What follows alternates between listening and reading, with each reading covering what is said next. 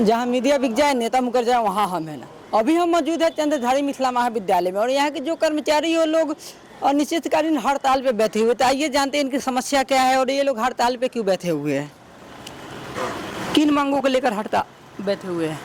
ये हमारे शिक्षेतर कर्मचारी से प्रोन्नति हुई है क्लर्क में, आज जिस समय से हुई है वह जो है विश्वविद्यालय अभी तक जो है वेतन निर्धारण करके भुगतान नहीं की है, और हम लोगों के डीए के भी बकाया है, और प्रति जितना भी कर्मचारी रिटायर करेंगे उसका पेंशन आदि कुछ किसी तरह के सब तरह के बकाया है, उसको भुगतान की जाए। उसके बाद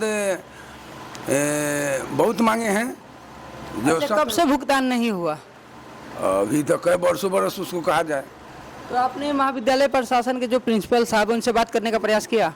बात किया कि प्रशासन अपने आकर के वार्ता करेंगे, क्योंकि मैं उनको तो मनाने नहीं जाऊंगा। मैं दिया हूँ, हड़ताल किया हूँ, तो मैं कड़गर रूप में हड़ताल करता हूँ। जब तक मेरी मांगे पूरा नहीं होगा तब तक हड़ताल जारी रहेगी। मेरा नाम हुआ सुरेश पासवान, उप सचिव सीएम कॉलेज कर्मचारी संघ।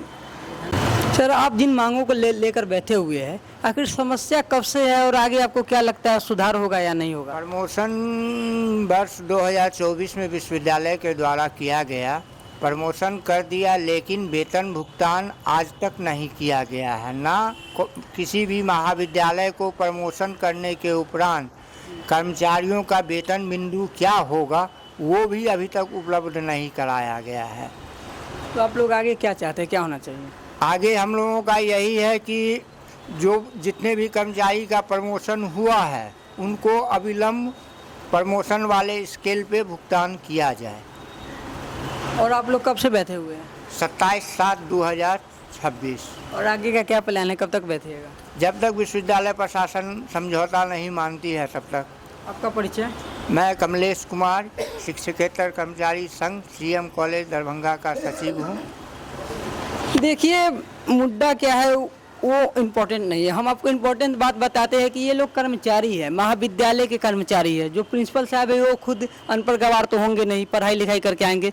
इनसे जो ऊंचे अधिकारी वो लोग भी पढ़ाई लिखाई करके आए होंगे। इस तरह जो महाविद्यालय का काम ठप पड़ा है, गलती अब इनकी हो या उनकी हो, यहाँ पे पढ़ने वाले छात्र छात्राओं का क्या होगा? आप लोग अपनी राय कमेंट में ज़रूर बताइए और बने रहिए हम है ना के साथ। सर, पिछले 3 दिन से महाविद्यालय में कर्मचारी हड़ताल पे बैठे हुए हैं, काउंटर बंद है, महाविद्यालय का भी काम अधिकांश बंद है। इस पर क्या प्रभाव पड़ेगा छात्रों पर और महाविद्यालय पर? देखिए, किसी भी संस्था के में ये कर्मचारी जो होते हैं या शिक्षक हो, शिक्षक कर्मी हो, उनका प्रजातांत्रिक अधिकार है, डेमोक्रेटिक राइट्स है कि वो अपनी मांगों को लेकर बड़े पदाधिकारियों से वार्ता करते हैं, हड़ताल करते हैं। उसी कड़ी में ये मिथिला विश्वविद्यालय के कर्मचारी जो हैं उनकी हड़ताल चल रही है। हमारे कॉलेज में भी चूँकि उसकी एक इकाई है तो कर्मचारी अपना काम नहीं कर रहे हैं, और उसकी लिखित सूचना विश्वविद्यालय प्रशासन को दी जा चुकी है। जहाँ तक प्रश्न है कि वो कार्य नहीं हो रहे हैं, तो जाहिर सी बात है कि जो दैनिक कार्य हैं तो प्रभावित होगा।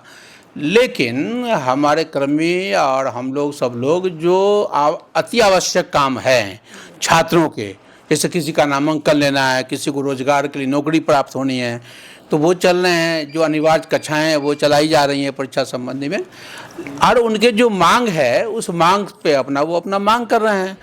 उनका चूँकि कॉलेज प्रशासन से कोई मांग नहीं है, ये मांग है राज्य सरकार से और विश्वविद्यालय से।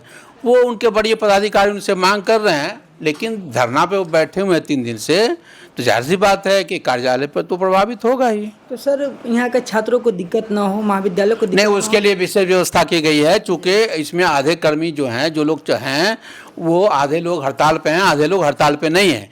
जैसे जो दैनिक कार्य करने वाला या जो लोग उस संघ में भी 2 तरह के लोग हैं ना, कुछ लोग इस संघ में शामिल है, कुछ नहीं है, तो वो उनकी जो विशेष व्यवस्था है वो की गई है। आपके सामने में ही एक छात्र को हमने लिख के दिया है ना, उनको एडमिशन लेना है, तो ये सब व्यवस्था की गई है ताकि छात्रों को कठिनाई नहीं हो।